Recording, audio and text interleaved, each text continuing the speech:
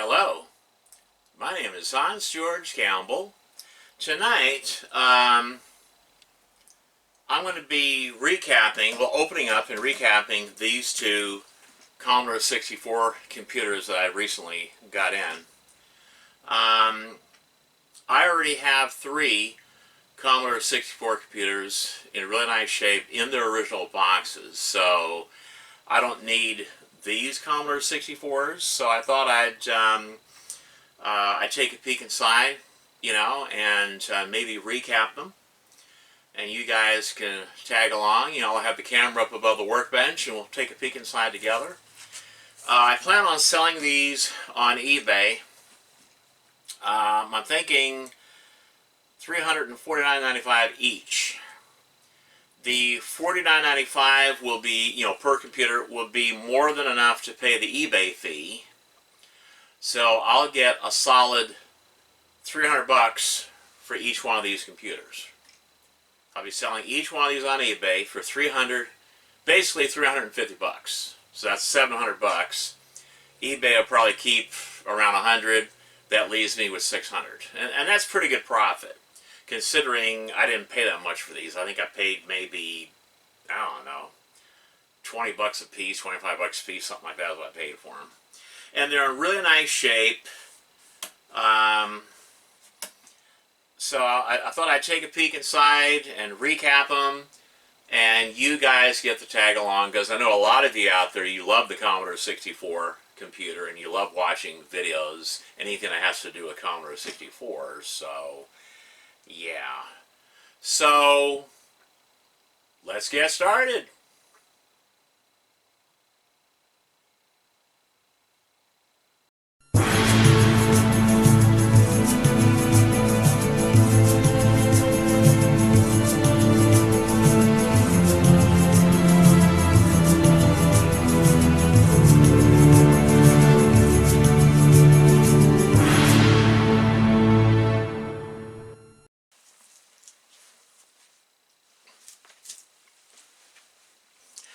Alright, we're here on my workbench. I tested both of these Commodore 64 computers. The first one works just fine, and it's ready for me to recap it. But this one here does not work. I'm getting like a light gray screen or a white screen on my monitor, but sometimes it's a black screen. So before I can sell this one on eBay, I want to fix it, repair it, because I don't want my customer to receive a Commodore 64 computer that doesn't work. And after I get it working, then I'll recap it. So it might be something simple, it might be something more difficult. So let's take this Commodore 64 computer apart. It looks like the name badge is bowing up. I might have to carefully take it off and peel off the old double-sided sticky tape and put a new piece of double-sided sticky tape on it and stick it back down, and it should be fine then. Also, this one is missing, actually it does have the rubber feet. The other one that works is missing its rubber feet, but I have brand new feet, black feet like that, so I'll put those feet on before I sell that one. Now this one here is serial number P5115269, so that you can see, okay, what Commodore 64 computer I'm actually working on right now. There's the serial number of that computer. Alright, so let's take this computer apart. Now, because you have these metal screws going into plastic, okay, you need to use a low torque screwdriver, and so many of you use the wrong screwdriver. Do not use a screwdriver like this. This is a standard number 2 screwdriver, and this is what most of you use when you take apart these Commodore 64 computers. Don't use this screwdriver. It's too heavy, has too much torque. With this screwdriver, you can very easily strip out those threads. Okay, so don't use one like this, and especially do not use one where you have a handle and it has all those tips that plug into the handle. Do not use that crap. In fact, throw that, if you have one of those, a kit like that, throw that in the garbage. You need to invest in a proper set of screwdrivers, okay? The type of Phillips screwdriver that you want to use a Phillips screwdriver like this one. This is a number 2 Phillips, but it's a low torque. And it's a lightweight screwdriver. This is what you want to use when you're removing metal screws from vintage plastic computer cases. This is the proper screwdriver to use right here. Okay, so let's go ahead. Now, if you're having a hard time taking it out, you might want to use a full-size number 2 like this just to loosen up the screws, but they're too heavy.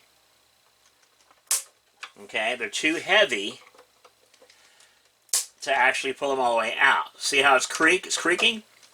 We're just using this to loosen it up so that we can use the proper size screw. Now, when I put this computer back together, I will be tightening the screws with this screwdriver so that they're not over-tightened. And there's no chance of me stripping out those threads. You just want to snug it. You don't want to over-tighten these screws. I can't stress that enough.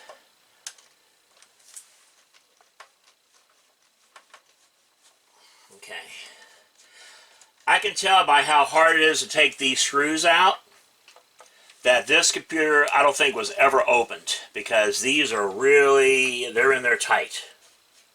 The way they would be if they're fresh from Commodore. I mean, like, you know, this was tightened down at the Commodore plant.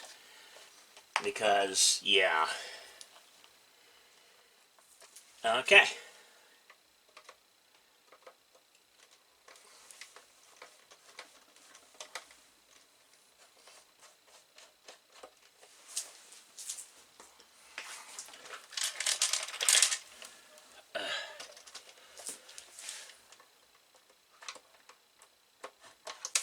Okay, so we got that one out.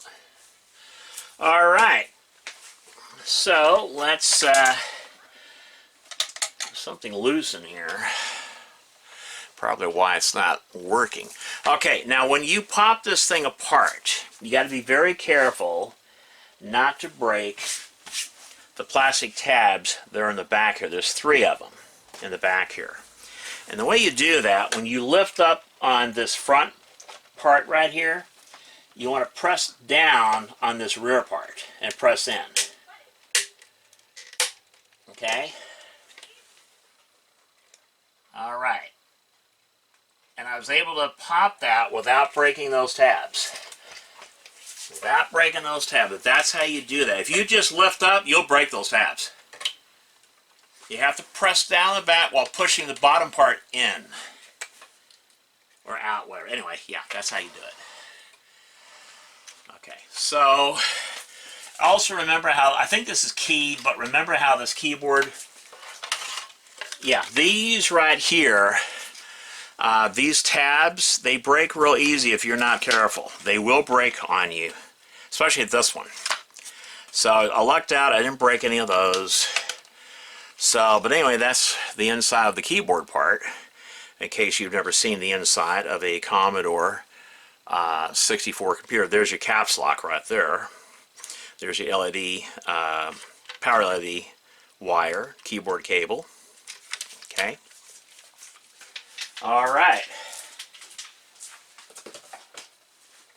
All right, so it looks like, oh wow. Okay. This is nice. This is nice. This is a type of Commodore 64 computer that you want to get. This was one of the best Commodore 64 computers ever made, ever produced, was this one right here. With the motherboard that has the video chip that goes like this, and you got your capacitors here, you got your voltage regulators right here. Very easy to recap this computer. And then you got this big metal shield right here. with the tabs that go down. They touch each one of the chips. Now this one, for some reason, it's not all the way down, like it wasn't pressing on these chips. So there's a good chance that one of these chips have burned up. Yeah, because these, for some reason, they're not really making firm contact against the chips.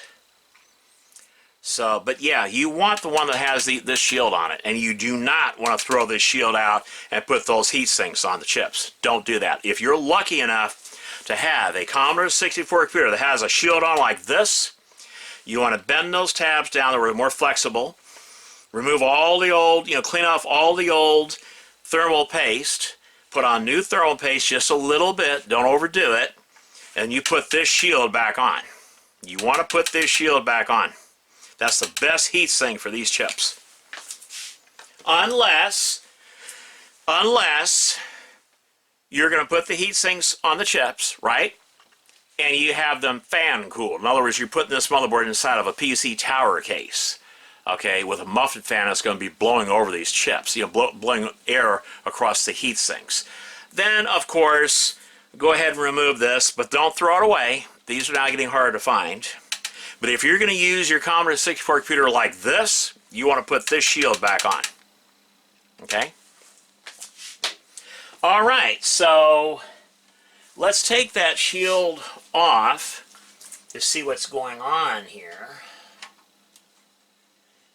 Yeah, I don't think this computer has ever been tampered with, because these are really snug in here. This could be the reason why it didn't work, because this screw was rattling around there. It might have shorted out something. So, yeah, that could be the reason why. Yeah. Why was that screw rattling around in there? Yeah, that's what I'm wondering. Why was that screw rattling around in there? Okay, let me get my tweezers so I can take this out. Okay. Take this one out. All right.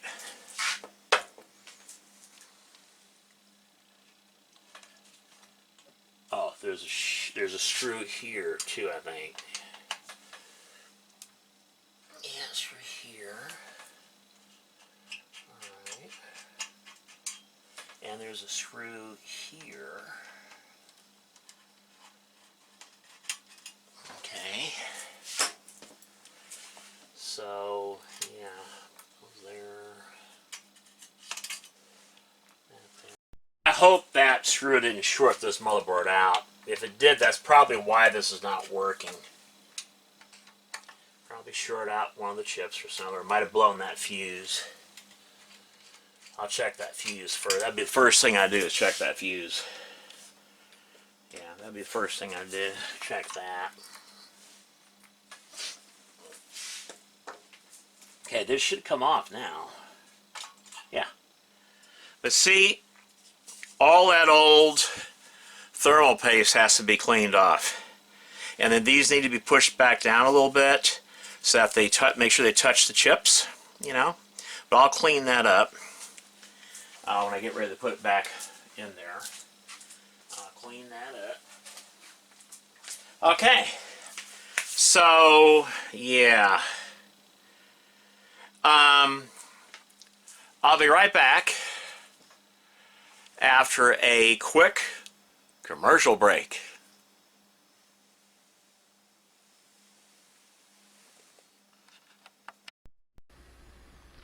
Excuse me, sir. How do you spell relief? Well, whenever I suffer from excessive gas in my bowels, I spell relief F-A-R-T.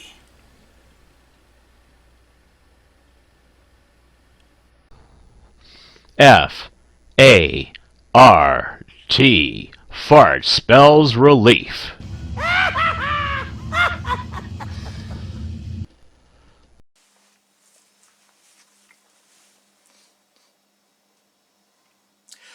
Okay, I'm back. Let me go ahead and clean off that old thermal paste from off the top of the chips. A cotton makeup pad works perfect for that. Perfect for that. They're 100% cotton. They don't generate static electricity, and you can usually buy a bag of 100 of these at your local big store, you know, your retail store, for about under $3.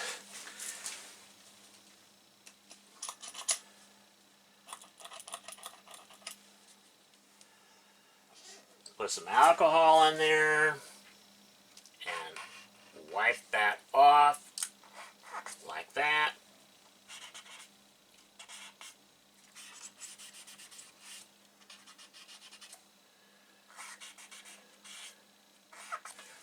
Okay, and I'll flip it over. See, I just bend it over and use the other side. Well,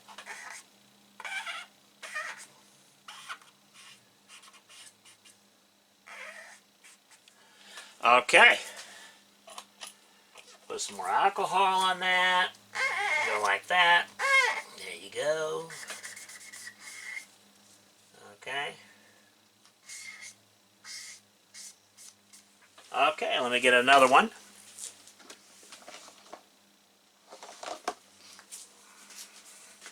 And then I'll zoom in and we'll take a closer look at those chips. We'll zoom in. Take a closer look at those chips.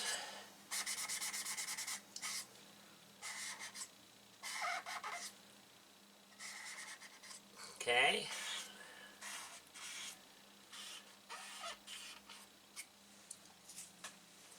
Usually when nothing happens at all, we don't have any activity at all from the computer, it's usually either the VIC2 chip, or the PLA chip, which I believe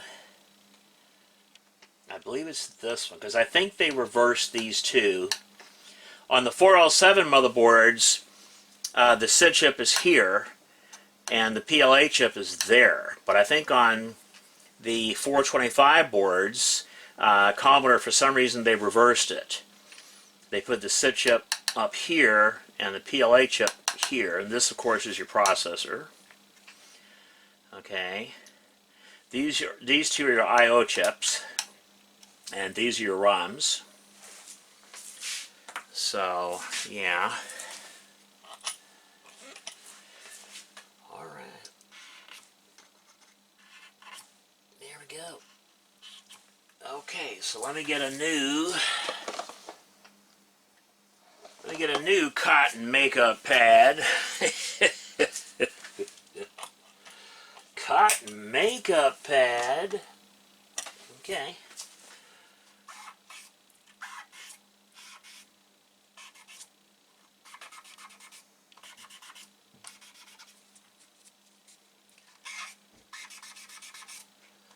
I'm hoping that I didn't wipe off the actual text,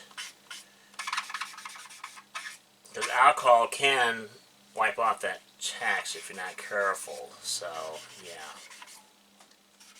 I don't think I did. I think it's fine. Alright. Okay. Let me throw these in the garbage. I'll be right back.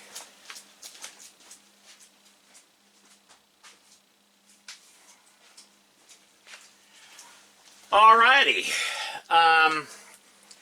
Let me use my magnifying glass. I want to verify something. Yeah, 6581. Yeah, that's what I thought. This one here is the SID chip, and this is the PLA chip right here. So let's zoom in, shall we? Take a look at those wonderful chips. I know how much you guys love the Commodore 64 computer. It's just absolutely lovelies. It's a rotten shame that this poor girl's not working, but don't worry. Daddy'll fix her. I'll make her all better. Okay, I'm going to put on my 7-power magnifying goggles, and I want to check that fuse. When you don't get any activity from a Commodore 64, first thing you want to check is that fuse. So that's what I'm going to do. Yep, fuse is blown. I'm wondering, I think the screw that was rattling around in here, that shorted something out and blew that fuse. So yeah, this fuse is definitely blown. So that's an easy fix. Real easy fix. I'm hoping that that's all it is, because then I can get to recapping this computer and it'll be done. Okay, the rating on this fuse, it appears to be a 3 amp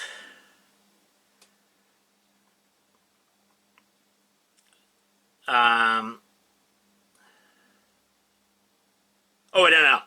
It's a 1.5 amp, 250 volts. And it appears to be, well, yeah, it's a standard fuse. But it's 1.5 amps, 250 volts if you want to replace the fuse in your Commodore 64 computer. So, okay, so what I need to do now, I don't even think I have a fuse like that. Yeah, I don't have a fuse like that. I'll have to get me some of those fuses because I don't think I have fuses like that. Let me see, because I think I also use fuses like that for the Amiga 2000. And the 500, so fuses, let me see if I got fuses. Okay. Well, okay. I don't think I have the fuses. I'll have to buy those fuses. I don't have those fuses. I'll get them tonight on eBay. I'll get like about, I don't know, 50 or 100 of them. So I have them in stock. But that's as far as I can go for now on this computer, because I want to test it first before I, recap it. But I might actually go ahead and just recap it, But yeah, okay, so that computer, we'll put it away, and we'll start on the second computer. Okay, let me get it. I think I have it over here. Okay, so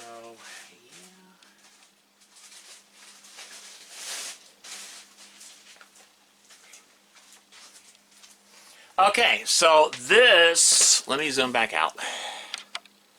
This is a Commodore 64 computer that works.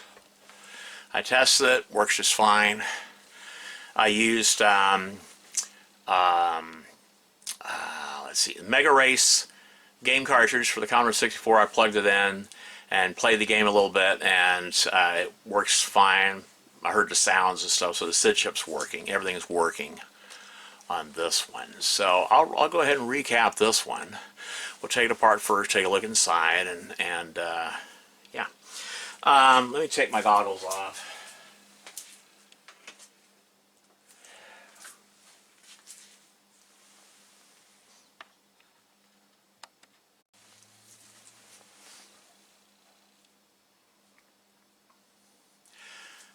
Okay, so first of all, I'm going to show you the serial number.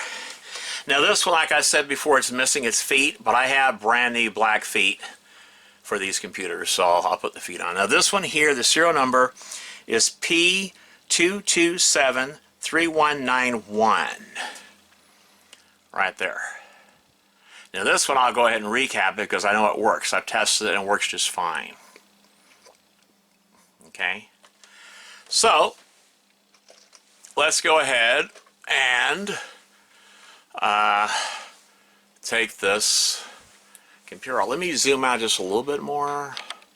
About like that. That should be good. Okay, so let's go ahead and take these screws out. Oh, so I don't get them mixed up with the other. Okay, these screws are for the other Commodore 64 computer. These have to be kept separate. So I don't want to lose those screws. Okay.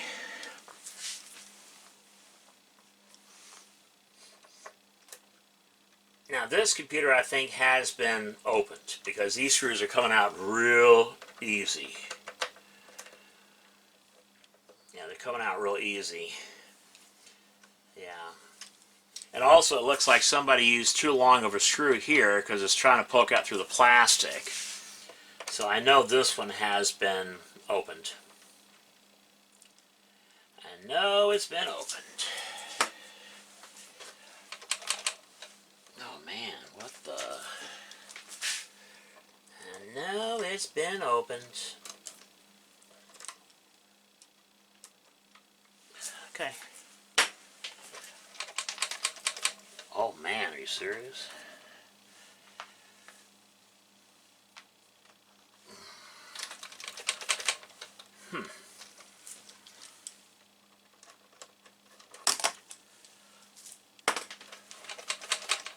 Oh my god, are you serious?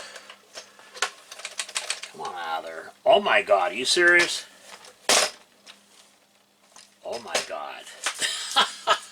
Okay, so once again, if you don't want to break those tabs, what you want to do is, while you are pulling up on this, you want to squeeze back here.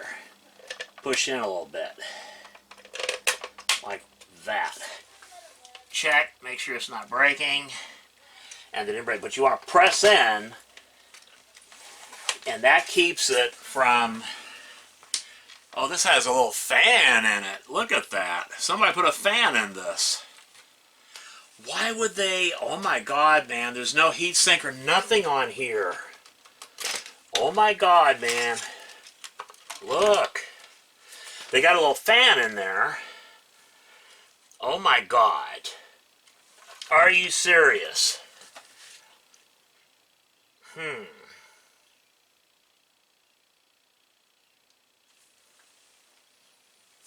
That's actually pretty cool. But a little fan like that, man, that thing can get noisy real fast. Real fast.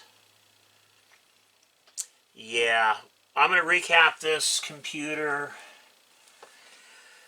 but I'm also, yeah, I'm going to have to deal with the heatsink. I think I got some more heat sinks I can put on top of the chips. Looks like some of the RAM chips need to be replaced. Anyway, let me go ahead and cut this wire off because I'm not going to use this. I'll leave it on there in case somebody wants to use it. You know, I'll leave it.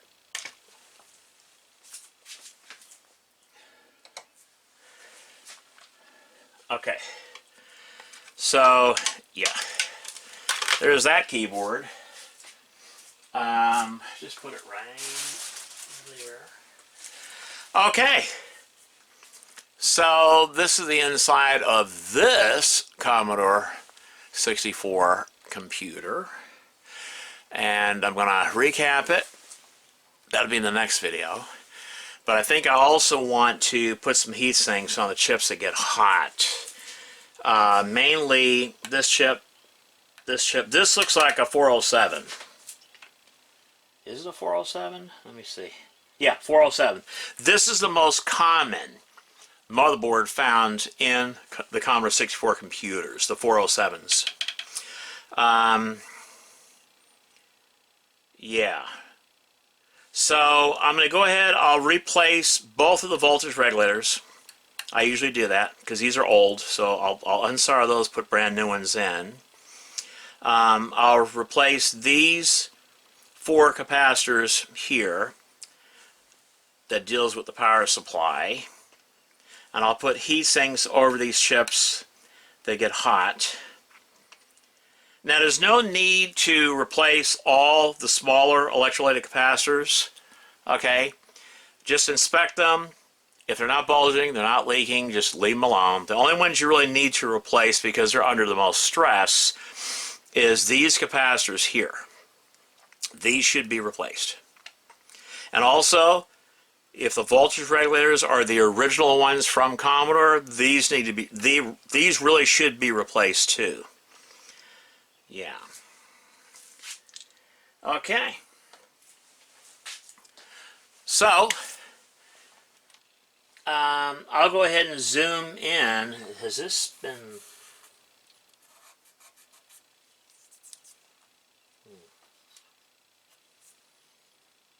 Okay, I'll zoom in so you can see the computer better.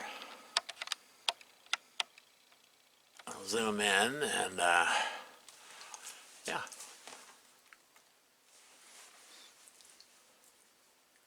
I think I still have some of those heat sinks left. If not, I'll have to buy some more of those tonight too on eBay. I usually get those in a bag like 50 or 100. Yeah. Let me zoom back down.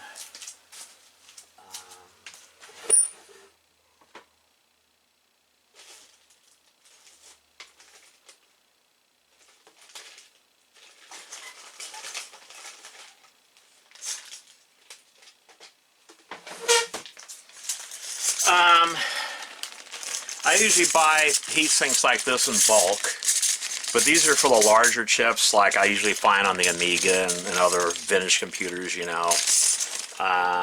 Let me break it out and I'll show you.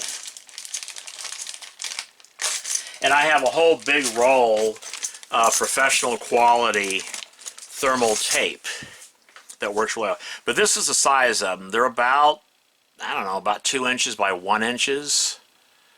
And they have a lot of fins on them, a huge surface, really smooth here, good surface. One will fit there, no problem. One will fit there, but I usually like to cut them down. I usually take like a hacksaw and I cut them down smaller, like this one here. See, you can see how I cut it with a hacksaw. And then I take a file and smooth it down because it's just aluminum. And then this size here will fit over chips like that perfectly. But you want a big heatsink like that with a lot of fins. That's what you want. Something like that. And I cut them to the side and put them on these 3 chips here. And then I have smaller ones. Let me see. I got smaller ones. Like, well, this size here, okay, this size here, it's about a 1/2 inch by 1 inch, okay, and these are perfect for putting on top of the ROMs. See, they fit perfectly on top of the ROMs. And I have a thermal tape. Let me get the tape and I'll show you.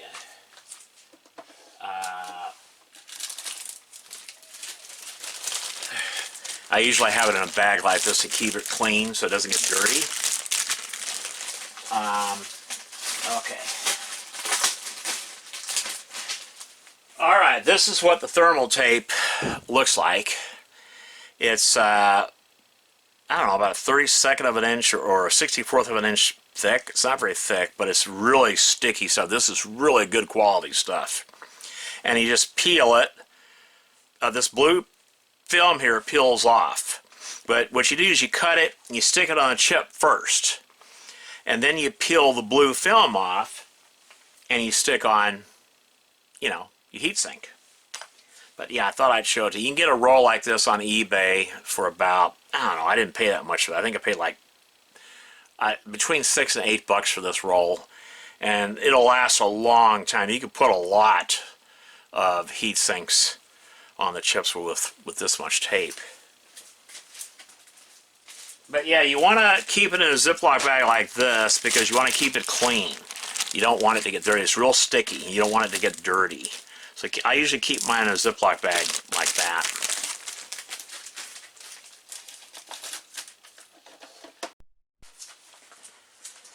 But yeah, I usually get a whole bag of heat sinks like this. Or I get the smaller ones. Let me see if I've got them. I'll put these away. I think I kept the other ones in a small jar. Let's see, what did I do with them? Well, anyway, you know what the heat sinks look like. They're usually like the blue aluminum heat sinks. They also come like orange copper colored heat sinks. I like to use those as well. But it looks like I have to buy some more of those too. So anyway, that's it for this video, for this part. Stay tuned for part 2 and 3. Part 2, I'll recap this motherboard. You know, I'll replace these 4 main capacitors here. And I'll put on the heat sinks over these chips. And then I may actually